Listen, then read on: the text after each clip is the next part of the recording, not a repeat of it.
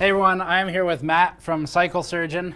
Matt worked on the AMD bike that we have here about maybe a year ago. Do you want to do like a quick recap of your verdict? That was before I took it on a trail. Yeah, absolutely. It was built to a price, and it's obvious. Nice. Oh, I forgot about that. Absolutely nice spring there. All made for making things as quickly and cheaply as possible. Yeah. So this was taken off the market shortly after that video. We're gonna do a post-mortem on it and talk, because Matt, I don't think ever saw it after I rode it. No, this is the first time I've seen it since you rode it. Yeah. And Matt works at Cycle Surgeon, which if you're anywhere nearby, just change your bike shop to him. He does excellent work. He's maintained all my bikes for years. And we also just gave him that computer back there, which will be on a main channel video. So, okay, so let's do the post-mortem on this. So from memory, the main issues I had, like the main catastrophic issues I had, were this almost, I think in the parking lot this happened. Did it really? I also had the chain bind up. I think it bound up between the frame and the cassette. It's eating the chain. That would be typical. In the parking lot. Absolutely, yep. And I've taken the pedals off because I didn't want anyone in the office to be tempted. Yeah, to think, oh, I'm gonna ride this to the gas station. Yeah, right off the bat, one of the first things I always look at are brakes. Oh yeah. And the brake pads are not centered on the rim properly, so when you squeeze the brakes, not even the entire brake pad is touching the rim. One of them I had to adjust before riding because it was actually sending the brake pad through the spoke. Okay, yeah. I see that actually quite often, to be honest with you. Terrifying. Yeah, it really is, because if that brake pad goes below the braking surface of the rim, it'll stop. Right. In a heartbeat, which is not what you want. Or even worse, it won't stop at all. So yeah, that's definitely no good. And this brake pad here, as it wears, it's borderline. I mean, as it wears, it has a high chance of going below the braking surface as well. So if somebody were to continue to ride this, it would just get worse and worse. So that's definitely not a good thing. These types of bikes probably don't get a lot of ongoing maintenance. No, exactly. Yep, exactly. And unfortunately, when they do, a lot of times the cost is so high to repair them, it literally becomes disposable. So you just take that $100 and literally go buy another bike, versus pay me to fix it up. So that's the unfortunate thing about it, is that it's designed to be disposable. I think in the process of reviewing it, and I haven't watched the original video to refresh myself on it, but I remember we found the price, like the retail price of the Kent version of the bike. Because this is just, for anyone who didn't see the original video, you should go watch it, but it's pretty entertaining, but terrifying for me, but entertaining otherwise. Yeah, absolutely. The Kent bike is rebranded by AMD. AMD pulled the bike. They issued a statement to us that we published at some point where they were like, this isn't consistent with our standards. Yep. They said everyone can get a refund. I don't think they required a return for a refund, but I think they encouraged it. Right. Yeah, get them off the streets. That's when actually I found that out. That really was really encouraging to me that they were stand up enough to do that. Yeah. They owned up to it, so that's really good. I would honestly love to see them come back with we've partnered with Specialized or Trek or whatever. Absolutely. And we put our logo on a real bike. Right. Something that you can actually use for transportation or enjoyment. So yeah, absolutely. So this, obviously the issue with this is that things have gotten loose here. Yep. Is this common? Would this happen if it were assembled properly still, you think? So I think so, yes, because with this particular style of shock, it's so inexpensive that the threads, there's nothing that would lock this adjusting ring into place. On a more premium product, when you put tension on that spring, it kind of locks it into place, and the thread quality, the thread manufacturing, the lock ring manufacturing, all those tolerances are much higher. So when you thread it, it'll stay in place. Right. So yeah, this I think would happen no matter what. So even if we tighten that back up again, it would loosen up as you rode it. Do you see this? I just re-noticed this. That giant shear mark in there? Yeah, I saw like that where the sharp spring metal? rubbed against the shock body. Yeah. Yep. That it would be very typical of that shock being very loose. Do you want to just for? Oh yeah, I was going to ask about that. Is that just a? Okay, so this is not supposed. It didn't shear. It's just the way and actually washer, I guess. you would find this on even premium products as well. This spring perch here, when you tighten down the adjusting collar, it would just put tension on that spring perch. But on a premium product that was designed to last and to be rebuilt after use, it would be slotted, so you could remove it, then maybe adjust the spring to a different weight. Do you want for people who last time when you were on, a lot of people were like, I don't know anything about bikes, but I feel like I learned a lot. Yep. So you did an excellent job teaching. But I was going to ask if you wanted to maybe go through like an example of a higher quality shock. Sure. So a higher quality shock will have, they may have coil springs like this. There are very high quality shocks that have that use coil springs. There's nothing wrong with a coil spring. But what does a shock do? It absorbs energy. An uncontrolled spring will just return that energy right back to you. So in an uncontrolled manner, it could be almost dangerous because you compress it and it just bounces right back at you. So a more sophisticated shock, inside the shock body here would actually be fluid that is forced through a piston. That piston has holes in it that will determine how fast that oil flows through. So you can compress it, but then it rebounds slowly in a controlled manner, releasing that energy correctly. So what are the compression and rebound settings on like a high-end shock? What are those really adjusting inside? Are they like moving a plate or something? So there's different ways that you can do that. On the piston itself, there's what's called a shim stack, and you can think of it as basic as just little washers that are almost stacked in a pyramid. Okay. And so the biggest washer will flex a little bit, but then hit the second washer, and then it won't flex as much. Okay. So you can change the shim stack to control for those compression and rebound settings.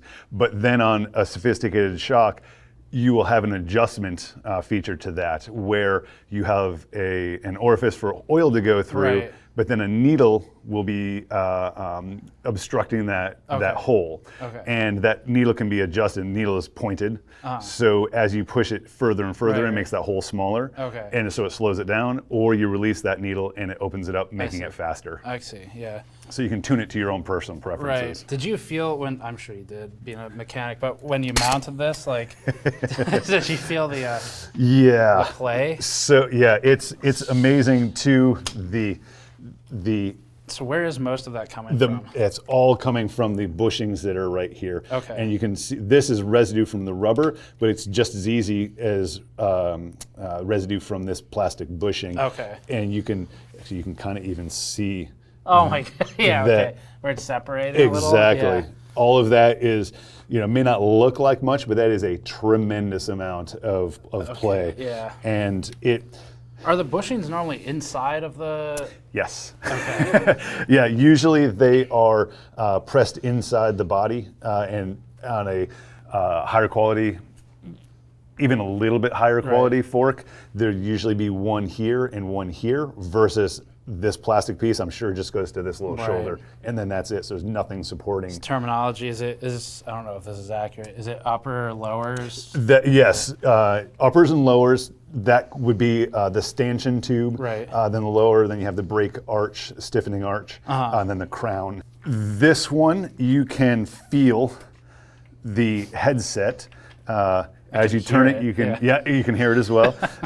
Always good when things that are supposed to be silent make noise. But you can feel the bearings, and when you feel the bearings, you can kind of feel each bearing kind of move in a notch. Right. That's typically because it's low quality. Is it basically a collar with? Are they ball bearings around the? Correct. Okay. Yep. Inner diameter or something? Actually, this lower one's a good example. Okay. You can think of an upside down cup. Right. That cup in the curvature has the bearing in it, and then the steer tube, which you can't see here, but the steer tube comes up through the middle. Right. That will then have the race on it, and that captures the ball. Okay. So the fork can turn within the cup. The cups in this case are an integral part of the headset, so that is, I guess you could say it's a structural piece. So those on a higher quality one, they'd actually be polished, so it was very smooth. So when you turned the handlebars, you wouldn't feel a thing. It'd just be a smooth glide. Okay, right. Whereas these... It feels like they're sanded. It feels like, exactly. It feels like it was manufactured on a beach. Right. Yes, that is very true. And honestly, it's because they just stamped out the cup, no polishing, they painted it. So there's probably literally paint mixed in with the bearings as well. So not the smoothest in the world. The rim part of the wheel is wobbling quite badly. So even though steel has been around forever and the technology and the ability to weld steel is well known, essentially what can happen is speed through efficiency, but it's not really efficient. Right. But they're trying to get they're trying to pump these out as fast as possible. And so if you are welding too fast, you can build up a lot of heat in the metal itself. You can it will make it brittle. Exactly. On a molecular level, it will make it brittle. If the welding temperature is too hot, you can literally just burn right through the steel, creating a hole on the backside and the inside that you can't see. Okay. But it's very weak at that point. And it's welded, great. Next one, weld this one. But then when an unfortunate client, owner that you mentioned, rides off a curb, it doesn't take much force to then just finish the job and shear it. Right. Absolutely. So welding, even though welding is a well-proven technique to assemble a steel frame like this, you still have to do it right. I think you were mentioning you had some shifting issues. Yes. In fairness, by design, the derailleur is designed to have not much spring tension to make it easy to shift, but that spring tension also doesn't keep the chain in line very well when the going gets rough. And I'm sure you had some problems with the chain derailing. Okay. So when you're shifting, if it wasn't assembled properly, the limit screws were not adjusted, so it might throw the derailleur into the spokes. That's there to help that protect the chain from going into the spokes. Right. These, interestingly enough, are actually mandated. Government spent money to say new bikes need to have a spoke protector and reflectors on a complete new bike. So in the industry, we kind of scoff at that, but on something like this, I guess, I don't know how much you rode it, but it almost seems like these tires are kind of a little, almost excessively worn for how little you've ridden it. I rode it, I believe, twice. Oh, okay. There you go. Is that a good answer? That is, well, not for that. But yes, that is a good answer. But yeah, interesting. It's maybe done 6 to 8 miles total. Wow. Were they enjoyable? Holy shit. You're an absolute madman that you just fucking rode that. That's nuts, dude. Not from my spine, my ankles, my shoulders. It's probably caused some, I'm sure some disc in my back is in the wrong spot now. Man, that is funny. I remember riding it off of a route on a sledge cab that was 6 inches off the ground. And normally on my real bike, I just kind of pop it up into a manual and go through it. Yeah, no, I bet not. I did it on this. Did you really? But when I landed, there was just so much, my weight was everywhere because I don't know if this was on at that point. Yeah. But I got thrown forward, this compressed all the way. Yep. And it was like, ugh! And actually, just to go back to full circle to the shock, that contributed to it because as you compressed that shock to get the manual going, you gave energy to the spring. When you went back the other way, it just gave it right back to you. So it overcompensated and kind of pitched you forward. So that is, that's what a nicer, more premium shock will prevent. It'll compress, but then give that energy back in a more controlled manner. Yep, absolutely. Well, I just again to give credit to AMD. Yes. I really do. I think it was an innocent in the sense that I'm sure AMD was trying to do the cheapest thing, but I really don't think they were researching it, Right. which is not really that excusable. But they did the right thing to pull it rather than a lot of companies would Absolutely. a lot of them would just be like, just don't engage, Right. and keep shipping them out the door. Yep.